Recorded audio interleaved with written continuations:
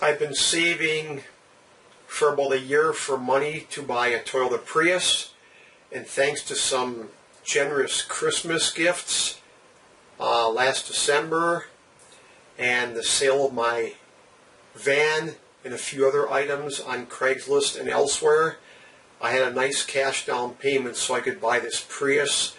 I also did a flip house which sold, so I had enough money to buy this Prius and pay for it without taking a loan out.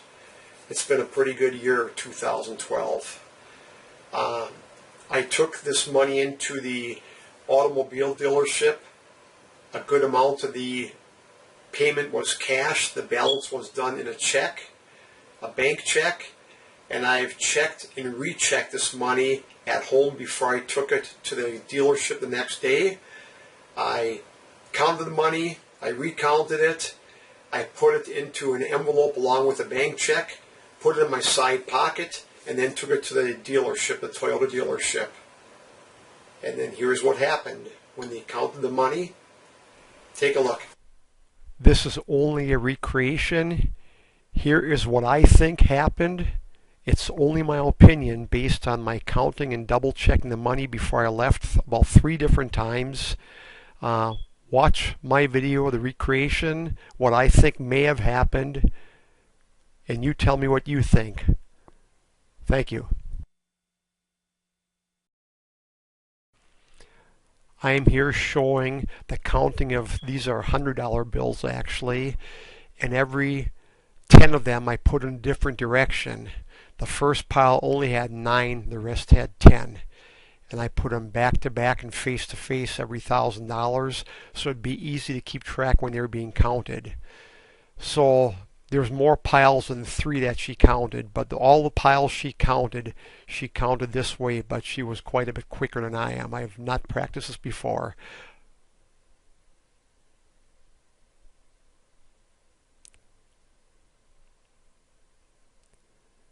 Again, she was quite a bit quicker than I was.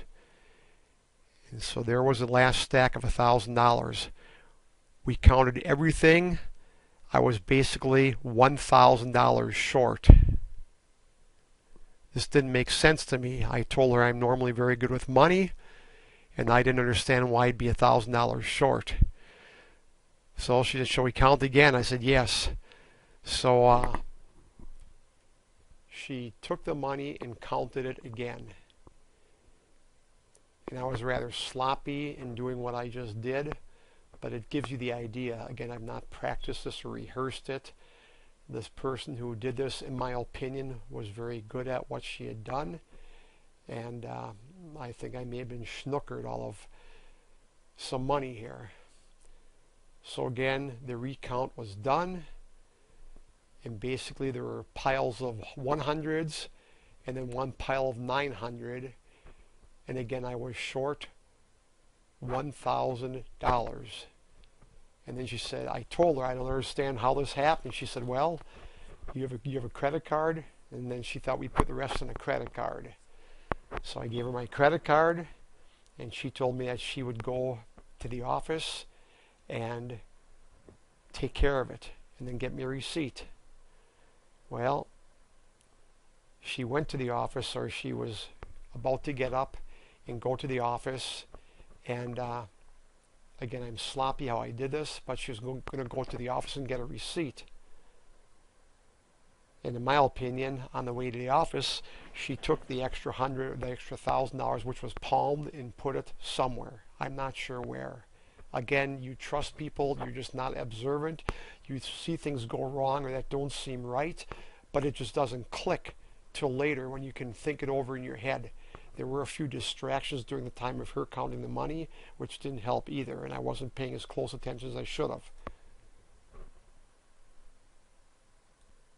Now I'm going to show you a side view, which makes it a little bit plainer and easier to see what I think may have happened. Again, you can be the judge. This is just my perception of what may have happened. I'm playing the first part of the video at regular speed. And again, all the piles of money were counted just like you see thrown on the table in front of me. But when she got to the last $2,000, she switched the way she counted it, which was pretty strange to me. And imagine if there's $2,000 there, and this person is trained well and has practiced.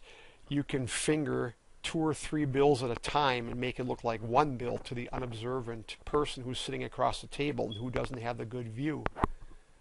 So that looks like another $1,000. So suddenly there's $2,000 in that pile, and I run $1,000 short. And this is what I think happened. Again, it's only my opinion, but based on how things transpired, this is what I think probably happened. And also what's weird, then she recounted the money once again. And we still ended up the $1,000 short.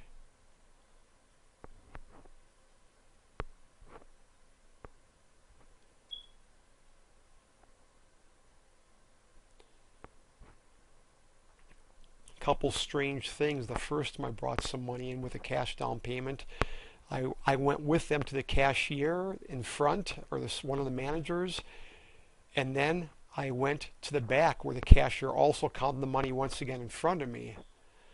Now notice the money that was possibly palmed before counting and put on my lap, put on her lap.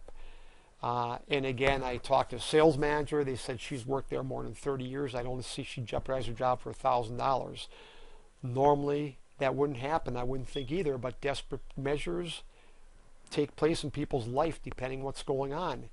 And of course, they recounted the money that was brought to them, and of course, the money was what it should have been, or what they thought, she told them it was. And obviously, if there was $1,000 heisted from my money, it would have been put in the pocket of the person on the way to the office. I mean, they're not going to steal it for the company, they're stealing it for themselves. Again, this is only my opinion, only my speculation. That's why I'm not actually giving the dealer's name out. But it teaches a lesson. Do not ever, ever pay cash, because people are shiftier than you may ever think. I will probably not ever buy a vehicle from this company again. I've had a lot of connections through my owning a furniture store in my city for about 30 years.